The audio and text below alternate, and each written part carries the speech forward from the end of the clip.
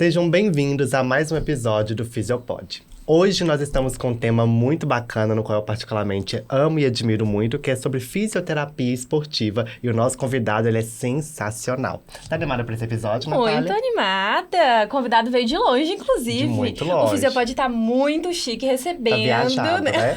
Tá viajado, é ótimo. Recebendo esses convidados, que eu tenho certeza que vão trazer muito conhecimento aí pra agregar em quem quer ir pra áreas específicas da fisioterapia, como a fisioterapia esportiva. Então, fica aí se você quer conhecer um pouco mais sobre essa área e como, obviamente, ser um profissional valorizado e empreender dentro da fisioterapia esportiva.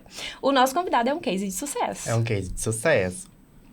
E a gente já começa mais uma vez esse episódio agradecendo os nossos patrocinadores oficiais. A Zenfisio, que é o sistema de gestão e marketing para fisioterapeutas. E você, ouvinte do Fisiopod, tem a oportunidade de testar grátis por 14 dias. Além de garantir 15% de desconto em todos os planos de assinatura. Para que você tenha aí no seu consultório, no seu estudo de pilates, na sua clínica, um sistema de gestão completo. E além disso, quem mais está com a gente? Nós também estamos acompanhados pelo portal Fisio em Ortopedia, que é uma plataforma de capacitação acadêmica e profissional para você que quer desbravar os conhecimentos na área da ortopedia, do esporte e também do empreendedorismo e gestão na fisioterapia, tá bom? Lá aqui no QR Code você tem acesso a vários descontos importantes e acesso também a todos os conteúdos gratuitos da plataforma. Vale a pena investir. E falando em ortopedia esportiva, apresente o nosso convidado. Sem mais delongas, vamos começar? Então vamos lá, gente, ó, segura esse currículo aí para vocês se inspirarem, tá? O nosso convidado, ele é fisioterapeuta do Corpo de Saúde da Marinha, diretor do Centro de Reabilitação e Performance Física Ex-Físio, cofundador da plataforma Doses de Tecnologia e Inovação Educacional, mestre em Ciências da Reabilitação, sócio especialista em Fisioterapia Esportiva pela Sociedade Nacional de Fisioterapia Esportiva, a SONAF. Ele é especialista em fisioterapia traumato-ortopédica pela Abrafito. Além disso, ele possui pós-graduação em terapia manual e biomecânica clínica. Nada menos do que Thiago Rebelo, né? Seja bem-vindo, Thiago. Pra gente é um prazer imensurável receber aqui na nossa segunda temporada do Fisiopod. Você que é um expert, né? Um case de sucesso na fisioterapia esportiva. Já conheço o trabalho há muitos anos, estudei muito com os seus conteúdos, então pra gente é uma honra recebê-lo aqui. Seja bem-vindo. A honra é toda minha. É um prazer estar aqui conversando com vocês, que fazem um trabalho tão legal aí, tão jovens, né?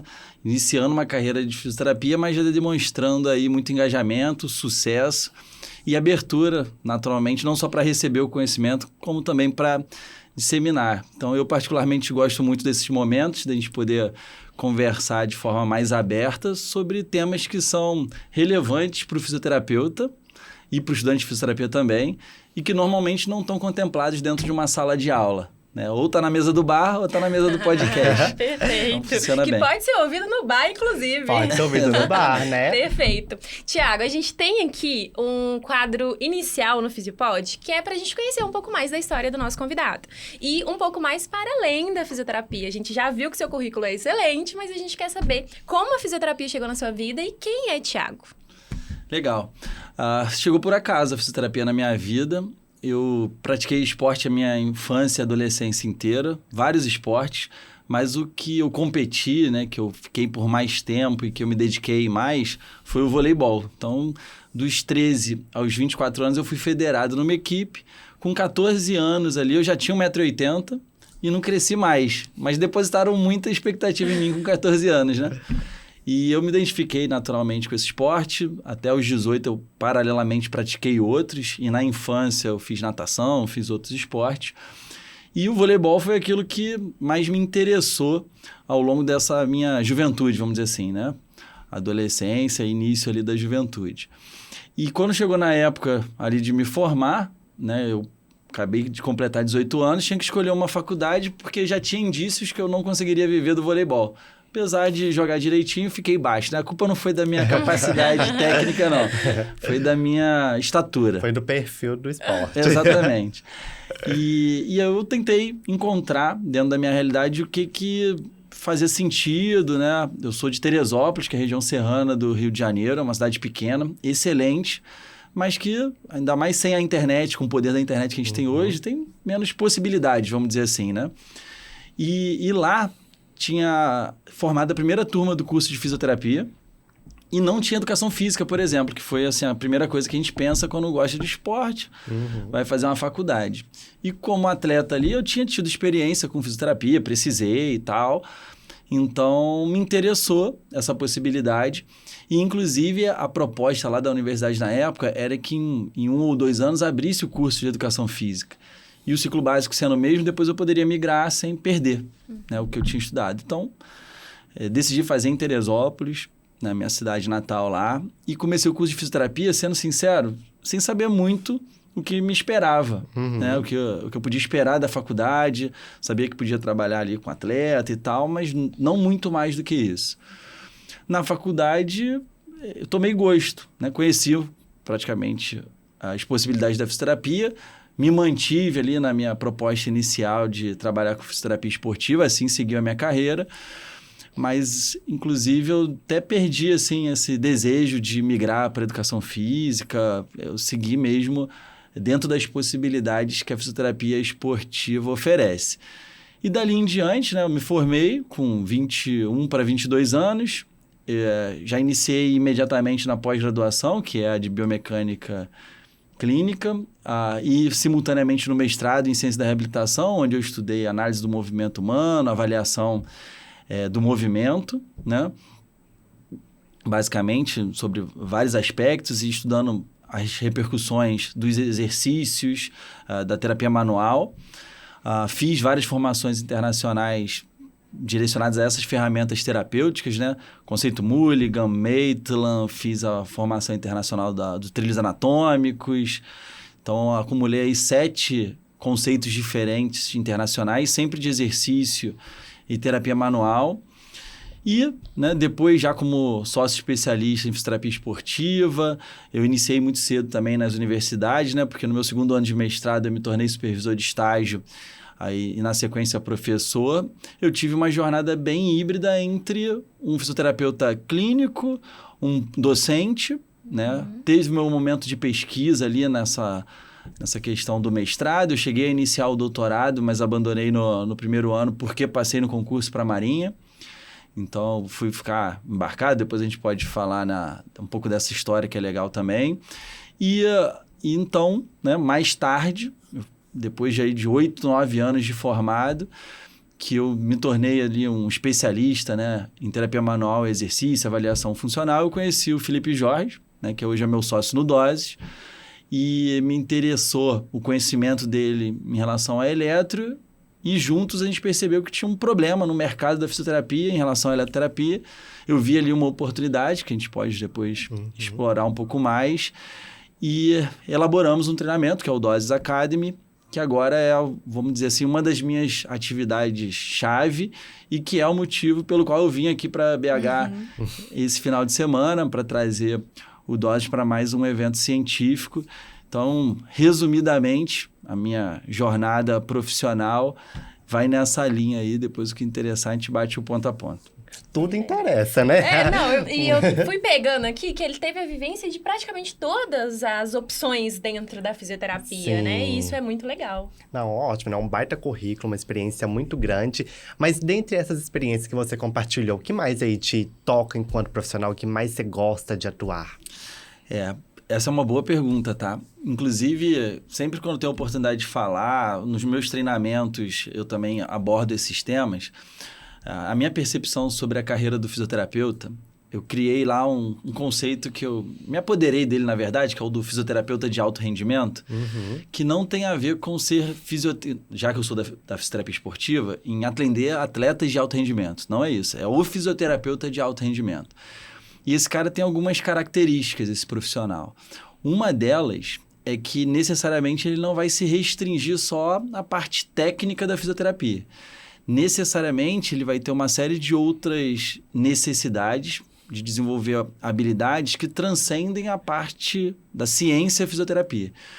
Então, respondendo essa pergunta, uma das coisas que mais me interessam hoje, que eu mais tenho me dedicado nos últimos anos, são conhecimentos relacionados à gestão, à parte comercial, aprender sobre vendas, sobre marketing, e efetivamente isso surgiu como uma necessidade da fase da minha carreira que eu estava surgindo, e eu descobri ali algo que eu gosto de fazer, que eu gosto de me aprofundar e que eu acho que tem o potencial de alavancar a carreira, inclusive do ponto de vista técnico do fisioterapeuta, né? Dar a possibilidade do cara aparecer da maneira correta e realmente colher os frutos de ser um técnico muito bom. Então, com certeza, essas são as áreas que eu mais me interesso atualmente e que eu recomendo que as pessoas, inclusive, também estejam com olhos atentos para essas áreas. É porque são áreas que você não aprende ali no decorrer da graduação e desse conhecimento de fato técnico, né? Então é muito importante a gente falar porque isso vai inclusive impactar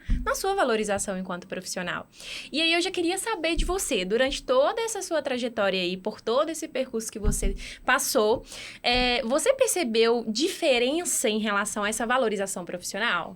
Enquanto você estava lá só no clínico, agora que você já estuda, já entende mais sobre gestão, sobre marketing. Aqui no Fisiopod a gente fala muito da questão da valorização profissional. Sim. E eu queria que você trouxesse um pouquinho da sua visão sobre isso. Esse também é um dos tópicos que eu considero mais importantes. É uma das coisas que mais me motivam a compartilhar as lições que eu fui aprendendo em todas as áreas do conhecimento que envolvem a carreira do fisioterapeuta.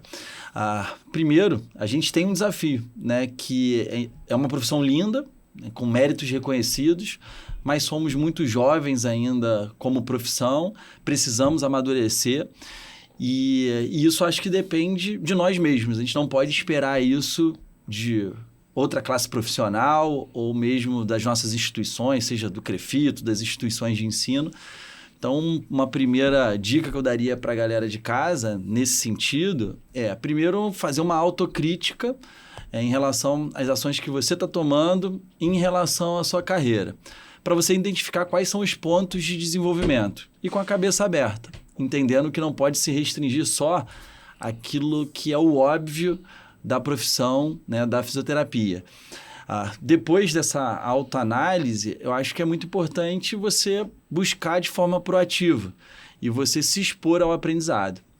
Por exemplo, tomando como exemplo essa atividade aqui, vocês são fisioterapeutas, iniciaram a carreira clínica de vocês. Eu acredito que, inclusive, vocês sejam acima da média em relação ao potencial técnico. Mas quando vocês vêm para cá e lidam com toda essa logística de ter um podcast, querendo ou não, vocês estão lidando com várias outras áreas do conhecimento que são importantes. Isso vai trazer para vocês algumas oportunidades. Em princípio, é o desenvolvimento da comunicação, não só a comunicação aqui, né, que a gente está conversando entre a gente, mas a comunicação digital, que inclusive vocês já fazem muito bem, aprenderam quase que naturalmente, e aí agora estão reproduzindo isso num outro modelo de negócio. Vocês vão ter contato com muita gente mais experiente, com pluralidade de conhecimento, então vão aprender de vários aspectos que são coisas que não estão no livro, porque é da experiência de cada profissional. Naturalmente, vocês vão desenvolver essas atividades paralelas que eu costumo dizer que são habilidades do fisioterapeuta de alto rendimento. E eu acho que é isso que tem que estar claro para todo mundo, porque não há motivos para um fisioterapeuta ter aquele choque inicial, aquela paralisia de eu não sei o que eu vou fazer. Porque você tem tanta coisa para fazer, você pode até não dar conta de fazer tudo ao mesmo tempo. Isso eu entendo. Mas não saber o que fazer e não fazer nada, isso é inadmissível, porque dá para atirar em várias direções e ter bons frutos. Então, eu acho que, via de regra, o importante para a gente começar a ter uma discussão mais profunda sobre se desenvolver e ter resultados acima da média na carreira, passa por fazer coisas que não estão previstas naquele roteiro tradicional da fisioterapia. Porque, infelizmente, pessoal, os dados são os seguintes. A menor parte dos estudantes que ingressam no curso de fisioterapia vão conseguir se formar. Cerca de 5%. Esse é o dado, tá? Dos que se formam, cerca de 15% vão chegar ao 5º ano de formatura exercendo a profissão. né? Hoje a gente tem 23 mil novos fisioterapeutas se formando e a gente ainda está liberando os 400 mil, né, em 40 anos de fisioterapia no Brasil.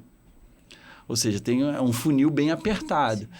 E dos que persistem, só 5% recebem uma renda mensal média acima dos R$8.000. Então, é o funil do funil do funil do funil. E não adianta a gente culpar a sociedade. Não. A culpa é nossa. É do profissional. Sim. Como classe profissional. Sim. E a solução também é nossa, isso que é bom. Né? Depende Sim. da gente com iniciativas como essas que vocês estão tendo, de disseminar conhecimento, de buscar novos caminhos. Então, já fica aí o meu parabéns. Perfeito. Tiago, é muito bacana isso que você fala, que vem de encontro com uma dor que você mesmo citou, né, e tem identificado na profissão. Hoje, a gente percebe que muitos dos profissionais, eles têm uma limitação no que ultrapassa a parte técnica, né? A gente se limita muito que fisioterapia está relacionada à parte técnica, o que é uma verdade também, né? Nós temos que ter essa habilidade aí, que é o nosso carro-chefe de atuação. Entretanto, ser um profissional não é somente dominar a técnica do que diz respeito à sua linha de atuação, né? Tem que ter essa vertente do empreendedorismo, do marketing, da gestão. Eu queria saber de você, quando foi o momento que você virou essa chavinha de entender que não dava só para dominar a técnica? Boa pergunta, e eu já vou responder por duas posições diferentes. A primeira dela que eu gosto de enfatizar é que também, por outro lado, a gente vive um movimento relativamente forte de se desprender da qualidade técnica para investir no marketing, na exposição e etc. O excesso. Então, exato. Pelo menos do meu ponto de vista, tá, galera? Existe uma ordem entre esses fatores. Porque primeiro você tem que ter um bom produto, e se a gente é um prestador de serviço, nós somos o produto. Sim. Então, a gente vai partir do princípio, nessa conversa e em todas em que eu participar, que é a obrigação do fisioterapeuta o cara ser um nota 10. Ele se propôs, Esse né? é o obrigação. mínimo que se espera de um profissional, né? Inclusive, teve uma frase curiosa que o meu estagiário hoje, conversando comigo lá no ambiente lá onde vai ser o congresso, ele falou sobre como era ele no colégio, depois na faculdade. Sem querer, ele soltou uma frase que eu vou adotar como lema, que foi o seguinte: ele é muito bom, ele é um cara muito acima da média, muito diferenciado. E ele falou o seguinte: quando eu estava na minha formação, eu fazia o mínimo esforço ali para garantir o 10. Porra, isso é sensacional, cara. Essa frase é extraordinária. Por quê? Em princípio, eu pensei que ele ia falar assim: eu fazia o mínimo ali para passar, porque eu ainda não tinha me identificado. Eu vivi um pouco disso, né? Ensino médio, início de faculdade, a gente não tem a cabeça boa para essas coisas. Tá formado ainda. Exato. Mas ele não. Ele era mais evoluído do que eu era, por exemplo, porque ele fazia o mínimo para garantir o máximo. E isso é a representação da eficiência. Sim. Porque esforço desnecessário não é algo natural de um expert. Você não abre mão do resultado. Se é 10 no máximo, é 10. Mas a eficiência passa por você atingir o 10 com menos esforço. Então, essa frase é genial. A gente tem que se preparar para isso, né? Para você fazer coisas difíceis parecerem fáceis, são anos de preparação e de treinamento, e eu acho que essa é uma busca contínua. Então, galera, aqui eu não estou defendendo uma tese de que essas atividades paralelas são mais importantes e é o que vai salvar o fisioterapeuta. Não, porque infelizmente a qualidade técnica da maior parte desses fisioterapeutas é ruim, e é por isso que a nossa realidade é tão temerária. E é por isso que a gente quer que os bons estejam lá também. Se destacando, né? Exatamente. A gente precisa pelo menos de ter referências, de ter exemplo. Dito isso, só isso não basta.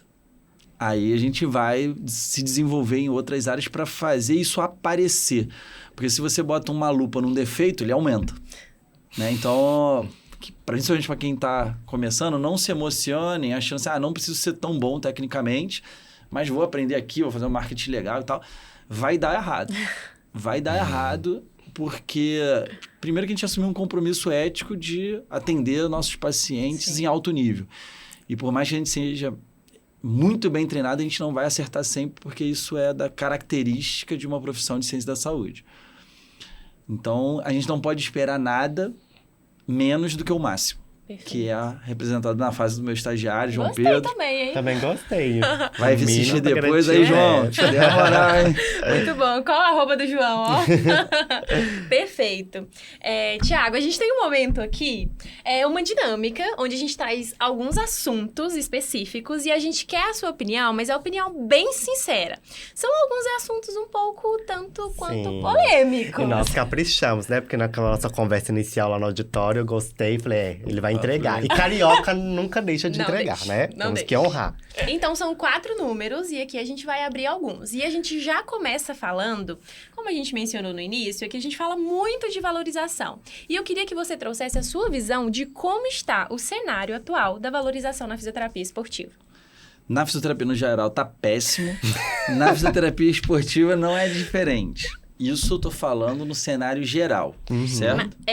E daí, essa valorização, a gente quer saber tanto valorização aqui, quanto valorização Perfeito. geral também. O que eu acho que acontece hoje? A gente tem um delta muito grande em relação ao resultado em termos de valorização, seja reconhecimento, seja valorização em termos de remuneração. Nós temos poucos fisioterapeutas sendo muito bem remunerados, e aí eu já estou falando na ordem de, vamos dizer assim, de receita anual na casa dos milhões. A gente já tem os primeiros fisioterapeutas milionários, na fisioterapia esportiva, inclusive, e a gente tem uma massa que ainda está dependendo da luta pelo aumento do piso para ter um salário lá de R$4.000. Tá? Então, a gente, no geral, precisa perseguir com todas as nossas forças a valorização.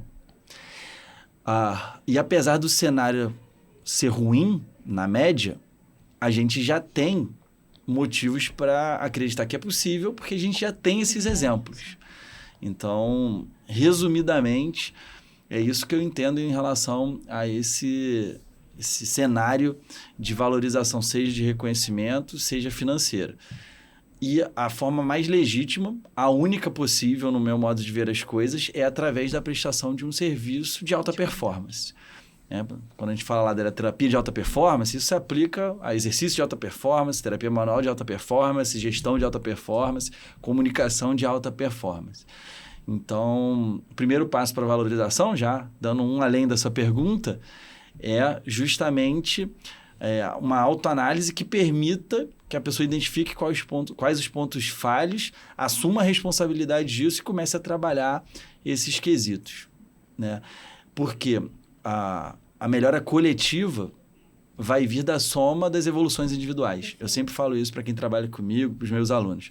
Não adianta você querer que a profissão melhore como um todo e você não está contribuindo com a sua parte. Então, assim, a minha equipe de trabalho, eu falo, a nossa obrigação aqui é inicialmente todo mundo ser melhor individualmente. É, de certa forma, egoísta. Mas por quê? Se individualmente você não vai se desenvolver, na soma e depois na média da nossa equipe, você está puxando para baixo. E aqui eu só quero gente que tenha a possibilidade de puxar o sarrafo cada vez mais para cima. Então, é a minha forma de pensar. Perfeito. E pegando esse ponto de valorização, dentro da sua trajetória profissional, já teve algum momento que você se sentiu tão desvalorizado que foi o suficiente para você mudar essa chave, que talvez algo tivesse que mudar na sua vida profissional? Já.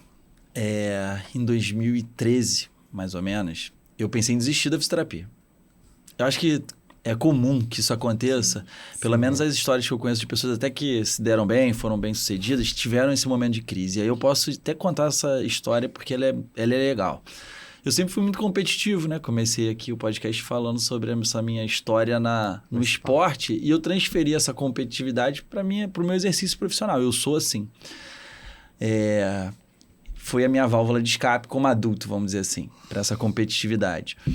E uma coisa que me incomodava profundamente era o seguinte, modéstia à parte, apesar de eu não ser um aluno típico e ter sofrido um pouco com isso, eu sempre tive bom rendimento escolar, eu fui o primeiro ou o segundo em tudo que eu fiz, então vocês falaram da multiplicidade da minha carreira, né? Eu entendo que a minha natureza seja empreendedora, eu herdei isso da minha mãe e tudo, mas eu fui um cara que tinha um CR alto na faculdade e pude escolher os estágios que eu ia fazer. Um deles foi lá um concurso que foi na Polícia Militar, onde eu tive o primeiro contato com o militarismo. Aí, quando eu me formei, eu fiz a prova de residência, né? Que era o que eu enxergava, e fiz a seleção para o mestrado, passei em ambos, pude escolher, entrei no mestrado com bolsa, por conta da minha colocação. Uma universidade particular, mas pela minha colocação consegui a bolsa. Aí, muito cedo, né, com 22 anos, me tornei professor universitário. Queria fazer as coisas certas e só arrumei problema com isso, porque o sistema não ajuda muito. Não. Aí, quando chegou em 2013, né, que eu comecei ali nas faculdades em 2011, no segundo semestre, quando chegou em 2013, arrumando essas confusões, comecei a ser perseguido, perdi o meu primeiro emprego em universidade, nesse momento já estava em crise com os médicos dos meus pacientes, estava trabalhando, já tinha a faculdade, que eu fiz muito bem, já tinha várias dessas formações internacionais, porque todo o pouco dinheiro que eu ganhava nessa época eu botava em curso, já tinha pós, já tinha o mestrado, era bom de concurso, né? Eu tinha feito para residência, tinha passado em tudo, tinha sido no ano a maior nota do ENAD, quando eu me formei. Então, assim, eu tenho uma facilidade para a prova. E eu ganhava mal e eu não era reconhecido. Justo. Qual que é o problema Aí eu aqui? olhava, exatamente, porque você olha para sua carreira, 3 anos, e considerando que são 4 de labuta na faculdade, né? Se empenhando, 7 anos. Pô, eu tô quebrado e naquele momento eu não vi uma perspectiva, uma saída. Foi quando eu fui fazer os concursos, passei em 8 concursos, inclusive, da Marinha, que é o que eu escolhi e permaneço até hoje. Falei assim, pô, cara, o problema é a profissão. Eu ficava naquela coisa, será que eu sou uma fraude? Síndrome do impostor? Mas assim, eu tinha resultado, né? Sim, gera alto rendimento. Dentro daquele universo, do momento da minha carreira, poderia considerar isso. Mas podia até ter alto rendimento acadêmico, mas financeiro estava duro. Então, isso me gerou essa crise. E aí foi quando eu fui descobrindo que haviam outros caminhos, outras possibilidades. Quando eu passei para a Marinha, eu resolvi a minha questão financeira, porque é um salário que tem... é um bom salário, eu mantive tudo aquilo que a gente tinha conseguido em 3 anos, que não era muito, mas somou com um ótimo salário e eu mudei de patamar financeiro rapidamente. Aquilo me trouxe autoestima e aí vai um ponto que eu acho que é importante, né? Nessa questão da valorização. O primeiro ponto, o cara tem que ter autoestima. Ele tem que se valorizar. E o fisioterapeuta não tem essa autoestima de natureza. O cara, às vezes, se reporta para o médico. Não é aquela profissão, normalmente, que nossos pais enchem a boca para falar. Meu filho é fisioterapeuta. A síndrome do patinho feio, a gente brinca. E é muito engraçado, porque isso demorou para meus pais terem essa referência. Tanto que quando eu passei para a Marinha, meus pais começaram, não, meu filho é oficial da Marinha. Não é oficial. Hoje em dia eles já entenderam que eu conquistei muito mais coisa através da fisioterapia do que através da Marinha. Mas naquele momento lá, nem eu tinha autoestima, nem meus pais. Né? Então, eu acho que essa crise que você perguntou, ela existiu para mim. Pra você ter ideia, quando eu passei pro concurso, eu atendi uns pacientes particulares de manhã, que eu perdi o emprego na universidade. Aí eu tinha alguns pacientes, atendia de manhã lá em Niterói. Aí eu ia de ônibus, todo arrumadinho, igual eu tô aqui, ó, de camisa social, que não é muito o meu estilo, eu sou mais largado. Carioca, né? E aí eu ia de ônibus, atendia os pacientes perto, um calor danado, ia de um pro outro ali andando, mas era perto, e voltava andando para economizar no ônibus. Andava uns 40 minutos de camisa social para casa, porque aí eu chegava suado, mas tomava um banho. De tarde eu estudava para concurso, à noite eu fazia preparatório de pré-vestibular para fazer prova para medicina, que eu nunca quis ser médico. E eu vivi isso um aninho ali, que foi o ano que no final eu passei para a Marinha, e aí beleza, nunca mais pensei em sair da profissão, dali a minha carreira andou. Então se você tá na fase aí do sofrimento, tá fazendo a coisa certa e não teve resultado, continua, pô. Algumas coisas vão apresentar, esteja atento para as oportunidades, uma certa correção pequena de rota, não de direção, mas né, uma pequena correção, um pequeno ajuste e perseverança que vai dar certo. Perfeito. Respondeu bem, né? Corroborou bem o assunto. Vamos seguir? Número 2 agora. O que nós vamos discutir agora? Pressão por resultados no esporte de alto rendimento. Existe uma pressão, né? A gente sabe que tem um impacto financeiro quando acontecem coisas relacionadas. Gostaria de saber se você já vivenciou algo do tipo, se tem algo aí para compartilhar com a gente. Já, isso é bem característico da fisioterapia esportiva, porque a gente precisa ter o máximo resultado no menor tempo possível para devolver. Eu, particularmente, considero que seja o maior especialista em atletas de baixo rendimento. Por que eu digo isso? Eu estou na escola naval, na Marinha, lá todos praticam atividade física, a maior parte das lesões é por conta disso, mas eles não têm essa coisa pelo desempenho esportivo, a carreira deles não é isso. Mas a gente tem pressão por tempo, porque tem requisitos de carreira. Então, o teste de aptidão física é uma disciplina curricular, se não passar, sai da carreira. Então, a gente tem que reabilitar rapidamente. E eles têm as funções operativas, militares, que também demandam muito da questão física e eles precisam voltar rápido, senão perde a carreira. E isso é bom, porque isso força o profissional a se desenvolver para entregar o resultado. Quando você está livre no tempo, você não se cobra o tanto que você poderia. Né? Tem até uma propaganda agora da Nike que fala, né, que a pressão é privilégio. E eu acho que é assim que o fisioterapeuta também precisa entender. Então, é natural dessa especialidade e, na minha opinião, isso é um desafio bom. A gente não deve fugir disso, muito pelo contrário. A gente tem que se submeter a condições de pressão. Porque você está chegando, né? É porque você está conseguindo entregar. Boa. Vamos para o próximo item, número 3 aí. Vamos ver o que a gente tem para falar mais. A gente já deu aí uma introduzida no backstage sobre esse assunto, né? Sobre igualdade de gênero na fisioterapia esportiva. E eu, como mulher, gostaria de te perguntar também se isso é real, qual é a sua visão sobre isso e o que a gente pode fazer enquanto mulher que quer entrar na fisioterapia esportiva, como que a gente pode atuar, quais são as possibilidades. Conta aí um pouco mais sobre a sua visão sobre isso. Pois é, a gente tem um dado triste, que é o seguinte, 75% da fisioterapia no geral é feminina e 25% masculina. Na fisioterapia esportiva, o nosso cenário hoje é de uma inversão. A gente tem aproximadamente 75% composto por especialistas homens e 25% mulher. Isso é uma questão histórica, tá? E que hoje eu entendo que lá, né, no início, por conta de ter uma visão que a fisioterapia esportiva era muito fechada em cima do esporte de alto rendimento e, tradicionalmente, o esporte masculino dominou por muito tempo, por questões logísticas, pelo machismo também arraigado, né, e tudo, se tornou esse cenário de predominância masculina e que o problema se reverteu numa desestimulação das mulheres aderirem a essa carreira. E aí, hoje, a gente tem o seguinte cenário. A gente tem um cenário de promoção feminina dentro da SONAF, que é a Sociedade Nacional de Fisioterapia Esportiva, que, inclusive, tem regras de um número mínimo de mulheres participando dos eventos, né, estando na linha de frente, como palestrante ou como organizador. Então, há um incentivo muito grande.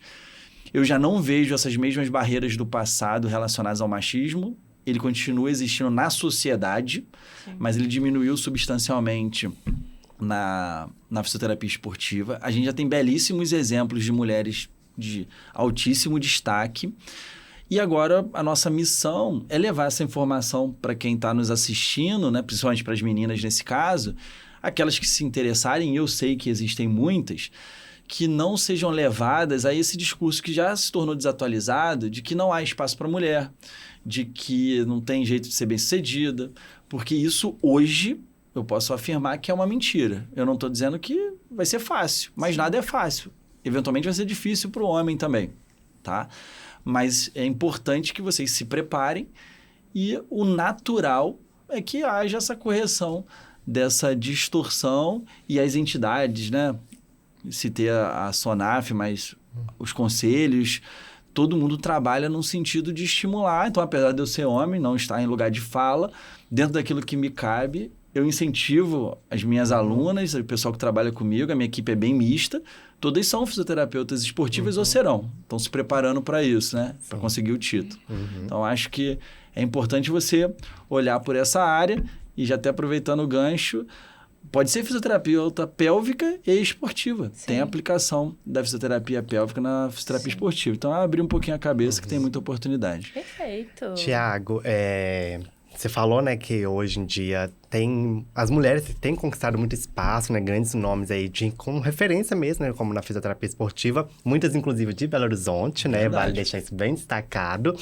Eu gostaria de saber de você, né, dentro do seu lugar de fala, o que você acha, assim, que você enquanto homem, né, e os homens que atuam nessa área podem fazer para contribuir que as mulheres sejam cada vez mais reconhecidas, valorizadas e conquistarem seu espaço dentro da fisioterapia esportiva? Cara, eu acho que o principal é a gente não atrapalhar. Se a gente não atrapalhar, a gente já está contribuindo, porque a gente tem mulheres com potencial extremo, isso é independente, cara. Então, basta, a gente não precisa ajudar, é só a gente não atrapalhar, entendeu? Talvez o máximo que eu possa ajudar, por já ser fisioterapeuta esportivo, por ter muitas pessoas que escutam o que eu falo, é incentivar. Faça, se precisar da minha ajuda, conte comigo. Posso citar algumas referências, as mineiras, né? Inclusive, vou encontrar com elas aí nesse meu final de semana.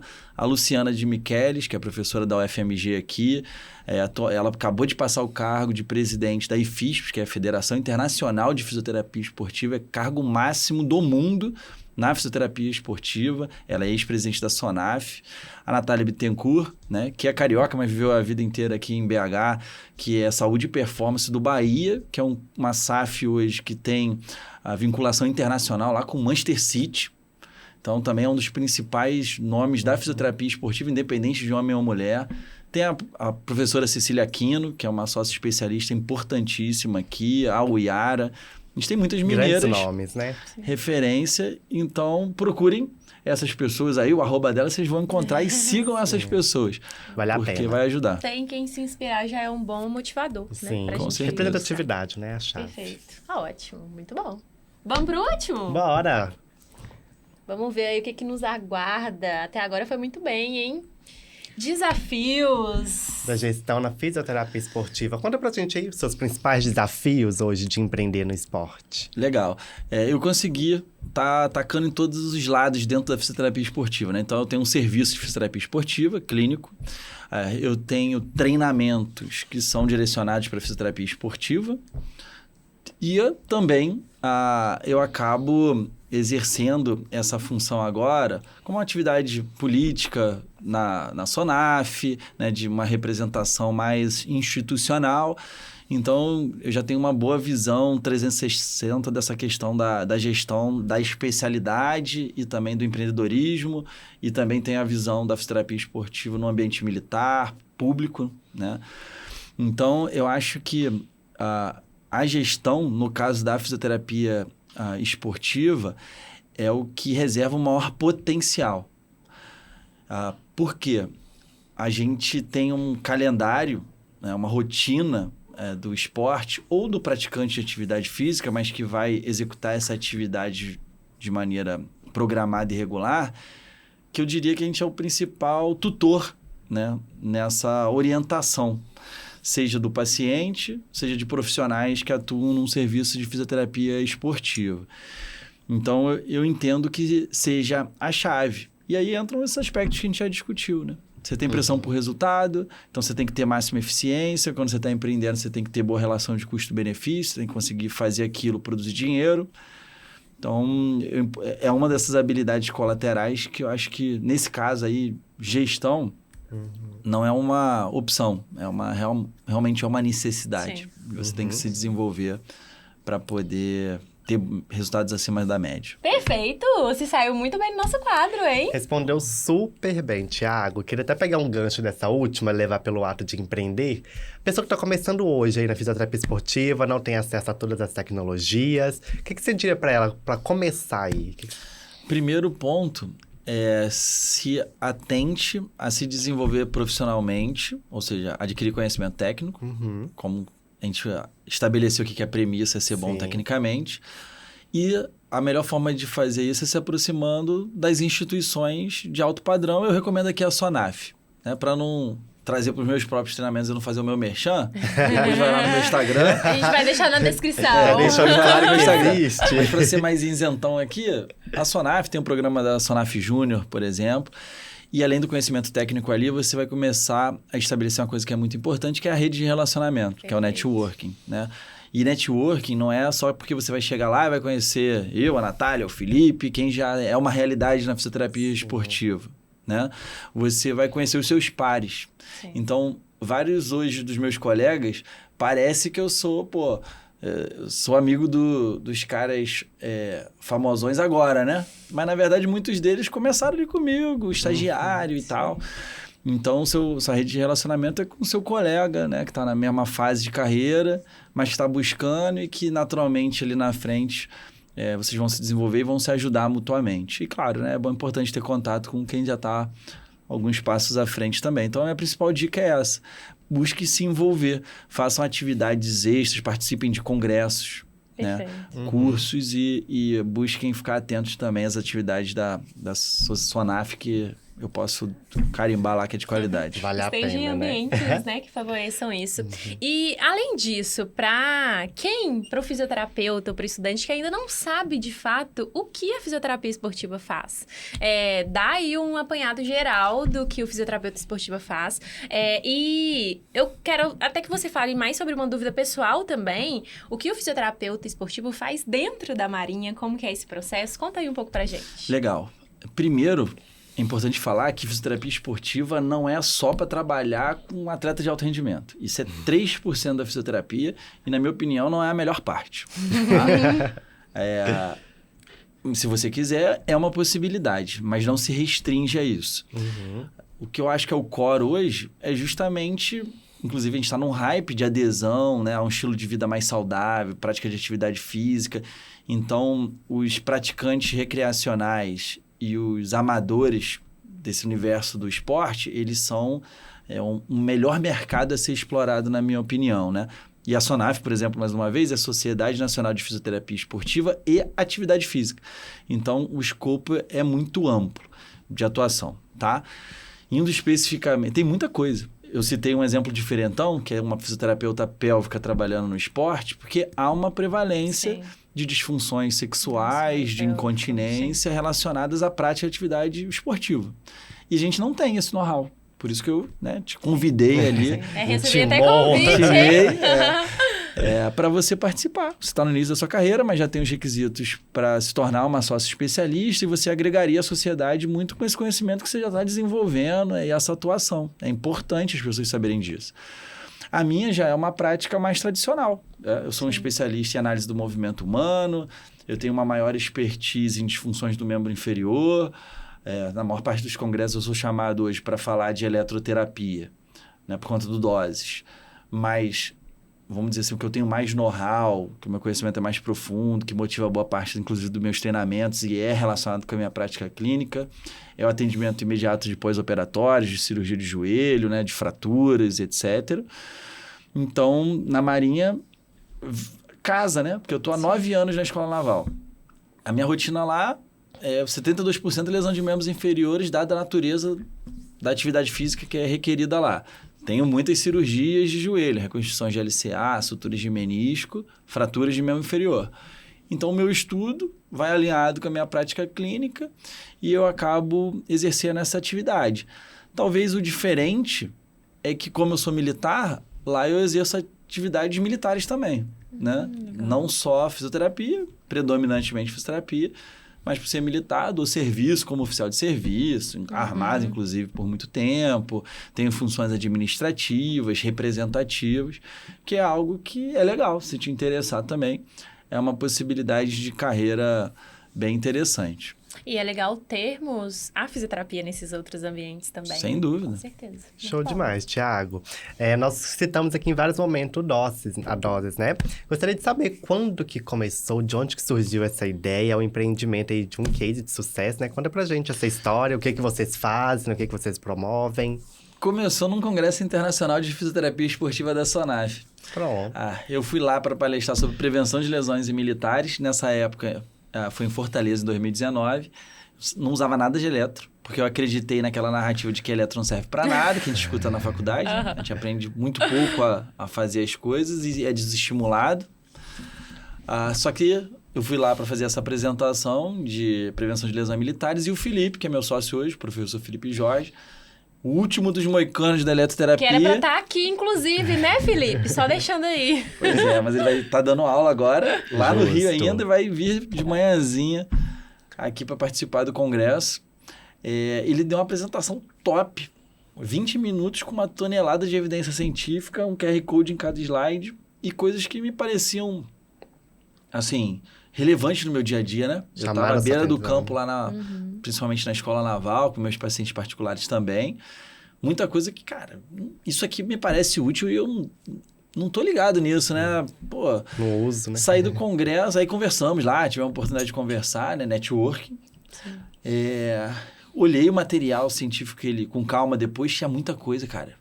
E eu falei, e quanto mais eu puxava o fio do novelo ali, mais aparecia. Eu falei, cara, tem que aprender isso. Mas olhando ali pro conteúdo, não é tão fácil você pegar no artigo e jogar na prática clínica. Precisa do expert no meio do caminho ali para te direcionar. E a gente articulou do Felipe dar um treinamento para fisioterapeutas da Marinha lá na Escola Naval. Reunimos um grupo ali de 30, cerca de 24, 25 fisioterapeutas da Marinha e alguns estagiários que eram estagiários da Marinha. Fizemos o primeiro curso dele, o antigo, que era 70% cálculo dosimétrico. E, cara, a gente entendeu que essa era a barreira, porque tinha que fazer conta, uma equação, porque precisava da personalização da dose. E o Felipe... E o fisioterapeuta com cálculo, né? Porra, e o Felipe é mestre e doutor em engenharia biomédica. Para ele, matemática é fácil, nepeniano elevado a alfa x dividido...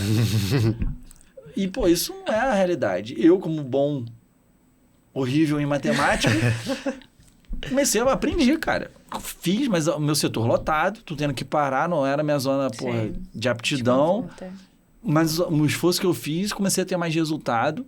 Falei, cara, porra, tá aqui, mano. A gente tinha que melhorar. Comecei a fazer uma planilha para automatizar os cálculos. Num dado momento, levei para ele que eu empaquei lá. Ele me deu uma planilha pronta, que ele já tinha. E ali eu vi uma oportunidade de negócio. Falei, cara, isso aqui tem que ser uma calculadora dosimétrica. Legal. A gente faz um aplicativo, que é o Dose Zap, que hoje existe, é disponível gratuitamente. Quem digitar no Google aí, doses com Y, vai ser a primeira recuperação lá. Você pode criar a sua conta gratuitamente, o uso é ilimitado. E ela automatiza os cálculos. Coisas que demoravam 15 minutos para fazer a conta, em 20 segundos sai.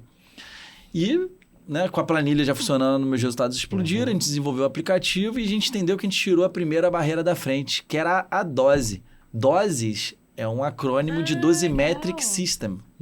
Mas a gente fez o trocadilho com doses, né? Por isso que, inclusive, até a gente fala... a escolha foi estratégica.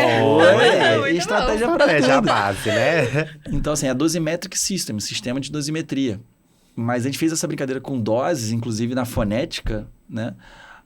Para que a galera pudesse, né, com contato com o nosso conteúdo, chegar a essa conclusão. A gente tirou a barreira da dose da frente. E aí, o nosso treinamento hoje, a gente explora muito mais raciocínio clínico, processo de tomada de decisão, associação das técnicas eletroterapêuticas com terapia manual e exercício, que eu considero ser a minha maior contribuição. Porque todo o conhecimento de eletro era do Felipe, eu aprendi com ele.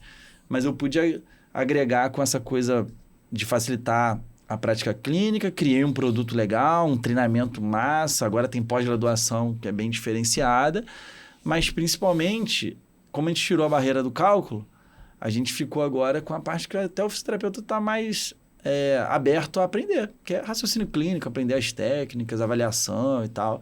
Então foi assim que surgiu.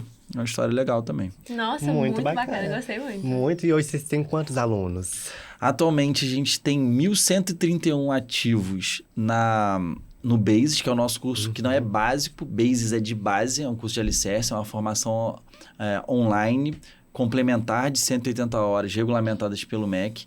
Quando eu digo alunos ativos, é que ou ele está nos primeiros 12 meses de acesso, ou ele já terminou os 12 e renovou por mais 12, tá? Mas a gente já teve mais de 1.350 e poucos alunos no BASIS.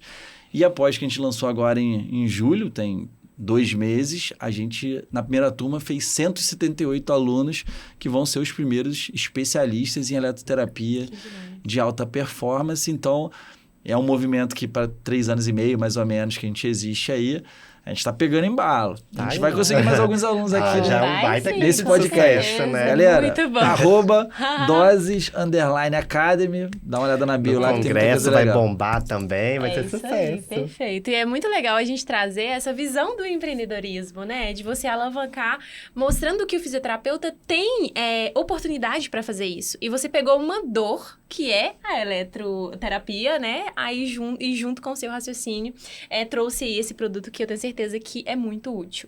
E além disso, você conseguiu, talvez, ali tentar unir toda a sua bagagem, né, dessas experiências específicas e trazer para essa questão do produto, sabe? Para entregar e conseguir, eu acho que, trazer muito valor aí para essa galera, para esses alunos, para esses mais de 1.000 alunos aí, né? Tem uma coisa interessante, Nata, que é outra frase de efeito que surgiu espontaneamente em um desses congressos que a gente foi, tava na piscina lá, porque esse fenômeno do dose, como a gente foi muito exposto na internet, né? Eu passei a ser demandado por isso. O Felipe já era um expert em eletro, né? Mas eu passei a ser demandado por eletro quando, na verdade, a minha maior área de conhecimento era terapia manual e exercício. E aí, quando a gente deu a primeira guinada, assim, de número de alunos e de, a rede social atingindo muita gente, a gente passou a ser reconhecido como experts em eletroterapia, né? Eu pegando o vácuo do Felipe ali, falei, cara, no final das contas, eu me tornei referência no que eu sou pior. Bom. Mas por que isso aconteceu? Não que eu seja ruim em eletro. Agora, modéstia à parte, eu sou bom, porque em 5 anos aí, estudei intensamente, pluguei com os conhecimentos prévios que eu tinha, tô bebendo da fonte do cara que é o fodão. Que é o fodão da parada. Então, é interessante, porque quando você tá com a cabeça aberta pro empreendedorismo, você consegue ver oportunidade, inclusive no que era déficit meu, pô. Perfeito. Sim. Eu ganhei bastante dinheiro com várias coisas que eu fiz, graças a Deus, né? Mas que eu ganhei dinheiro mais rápido, certamente foi com eletro. Mas porque eu estava num momento mais preparado, já tinha aprendido muita coisa e me deparei com um oceano azul, que às vezes as pessoas querem descobrir qual que é o próximo hype. A eletro tá aí desde sempre. Sim. Só que era a abordagem que era o problema. E a gente fez essa quantidade de alunos com tickets elevados de treinamentos. Nossos tickets sempre foram superiores a R$2.000 nos treinamentos, porque a gente estava disposto a entregar o melhor. Uma estrutura excelente, né? E isso gera resultado. Perfeito. As pessoas começam a ter resultado e passam a investir cada vez mais. Então, a gente tem da renovação, são 78% dos nossos alunos que renovam. Na verdade, o que eu tenho hoje é um programa de educação continuada. Mas por quê? É porque o meu marketing é bom? Também, mas é principalmente porque a pessoa vê valor naquilo ali. Sim. Para tu vender a primeira vez pode ser o marketing. Mas para tu continuar vendendo para quem já comprou... Tem que ter uma qualidade boa, tem que ter uma experiência satisfatória, né? Sim. E eu nunca poderia imaginar que seria em eletro. Porque eu era o cara que criticava. Frisando novamente isso. Eu era o cara que batia na eletro, pô. Eu era o guru anti-eletro, que a gente chama, né? Porra, eu nunca ia imaginar. Mas aí que tá. Às vezes, você encontrar o parceiro certo. Sim. Você ter habilidades, de rede social. Passei a entender de tráfego pago, de persuasão, de marketing. Eu estudei... Como eu me tornei professor muito cedo e a minha mãe é pedagoga, eu estudei pedagogia, didática. Então, eu peguei o conteúdo do Felipe e falei, cara, isso aqui é excelente, é relevante para a prática clínica, mas é chato pra caralho. Opa, saiu porque eu sou carioca. Tá tudo liberado Bota aqui, edição. Então, tira isso da frente, cara. Bota um aplicativo lá, vai ser legal. O nosso curso é tudo monstro, é cartinha. Vamos tornar um negócio chato em algo lúdico, mas que seja útil, sem perder a evidência científica, né? E não perde em nada, né? Sem perder a seriedade no que importa. Sim. Então, uma pergunta baseada na sua resposta, que me chamou a atenção aqui agora, e quero ouvir sua opinião, talvez seja até curiosa ouvi-la, né? Você falou que hoje, apesar da sua trajetória profissional, né, que é reconhecida, respeitada e admirada por muitos, inclusive por mim, mas você falou que hoje você é demandado muito por algo que era sua dor, né? Você não valorizava, não tinha os conhecimentos, né? Como você bem disse. E pela matemática, que é uma dificuldade. Essa frase, o empreender não é para todo mundo, você acredita nela? Baseado na sua experiência? Em camadas de empreendedorismo, eu acredito nela, tá? Por quê? Eu acho que não tem como não empreender em nenhum aspecto. Ou seja, na primeira camada, eu acho que é sim para todo mundo. E não é porque... É porque é necessário. Você vai empreender. A questão vai empreender bem ou mal. Mas você vai. Tá? A gente já se forma ali um pequeno empreendedor, né? Exato. Quando você cai no mercado. Ninguém é fisioterapeuta. Uma das definições que eu digo é o seguinte. Tem gente que fala que você se torna fisioterapeuta quando você pega o seu diploma. Tem gente que fala que é quando você pega o seu registro. A minha definição é o seguinte, e tem gente que fala que é quando você começa a atender os primeiros pacientes. A minha definição não é essa. A minha definição é quando você vende o primeiro plano de tratamento como fisioterapeuta, você se tornou fisioterapeuta. E aí você vai ter a oportunidade de exercer a fisioterapia. Mas alguém, antes de você prestar o seu serviço, confiou em você o suficiente para botar o dinheiro e o tempo dele ali, acreditando que você vai trazer um resultado. Eu acho que é isso que batiza verdadeiramente o fisioterapeuta. Eu sou fisioterapeuta na Marinha, sinceramente, lá é ótimo, assim, a gente tenta fazer um serviço excelente, o ambiente é bom, a gente consegue fazer uma boa fisioterapia. Mas, se não for eu, não vai ser ninguém. Os caras estão em internato. Se for eu, qualquer um, se é um fisioterapeuta bom ou ruim, Sim. o cara vai lá. Porque é o sistema, É o que tem. é captação infinita de pacientes. Eventualmente, no plano de saúde, o cara não escolhe muito, ele vai no que tem, no SUS. Não desmerecendo, tá, pessoal? Isso é importantíssimo. Mas eu tô dizendo que todo fisioterapeuta deve ter a experiência, e para todos há essa possibilidade de captar os seus pacientes particulares. Isso traz autoestima e isso é importante. Então, na primeira camada, empreender é para todos porque é uma necessidade, é uma imposição, uma característica da nossa carreira. Empreender em camadas mais profundas, que é, por exemplo, fazer o que eu estou fazendo, ser dono de clínica, ser dono de curso. Agora eu sou dono de loja que vende equipamentos de fisioterapia, não só de eletro. Aí eu não acho que é para todos não, cara. Eu acho que é perfil. Assim como eu não acho que é para todos ser fisioterapeuta da Marinha. Não acho que é para todos ser fisioterapeuta pélvica. Entendeu? Então, eu acho que é uma ótima oportunidade. Eu recomendo. Eu abracei isso com todas as minhas forças. Saiba o seguinte, você vai precisar empreender na primeira camada. E se você quiser, vai se preparar para empreender nessas outras camadas. E, o prêmio é bom. Faça da maneira correta que o prêmio é bom. E impacta na sua valorização também. Perfeitamente. Isso aí. Respondido? Tá respondido, gostei. Show de bola. A gente tá caminhando para o final do nosso episódio. Como a gente falou lá no início, a gente ia aprender muito mais sobre fisioterapia pélvica. Eu tenho certeza que você entregou isso muito bem aos nossos ouvintes. Então, a gente quer te agradecer em nome do Fisiopod pela disponibilidade, por estar aqui. Eu sei que foi uma viagem meio corrida, né? A gente tá aqui a trabalho, mas a gente quer te agradecer muito. Tenho certeza que você conseguiu plantar a sementinha da fisioterapia esportiva, da valorização nessa área. E isso pra gente é muito bom. Então, antes da gente finalizar, a gente quer que você deixe um recado pros nossos ouvintes, pra quem quer atuar na fisioterapia esportiva ou pra quem já atua. É uma motivação, enfim, deixa um recado aí pra eles. Beleza, galera. Sigam em frente, acreditem nessa possibilidade da fisioterapia esportiva, principalmente as meninas. Tem um universo incrível de oportunidades. É um momento ótimo para quem quer ingressar, diferente de como foi no momento passado. Eu acredito que agora existam algumas vantagens. Pode me buscar nas redes sociais, tanto na minha pessoal, thiago_rebelo, quanto o Doses com Y, _academy, tá? Estamos à disposição lá para ajudar. Sigam também os perfis da Sonaf, porque tanto tem a Sonaf Brasil e tem por região, né? Minas, Rio, Ceará, porque a gente sempre publica muito conteúdo lá e eu acho que basta que você se dedique o suficiente que as coisas vão fluir da melhor forma. Então, meus votos aqui são votos de apoio e de motivação. Só de estarem aqui no podcast, escutando fisioterapeutas falar sobre temas diversos aí da carreira, isso já mostra que você é diferenciado. Então, se transforme, né, todos esses ensinamentos aqui, todas essas discussões em ações práticas aí para sua carreira, que você vai ter resultado.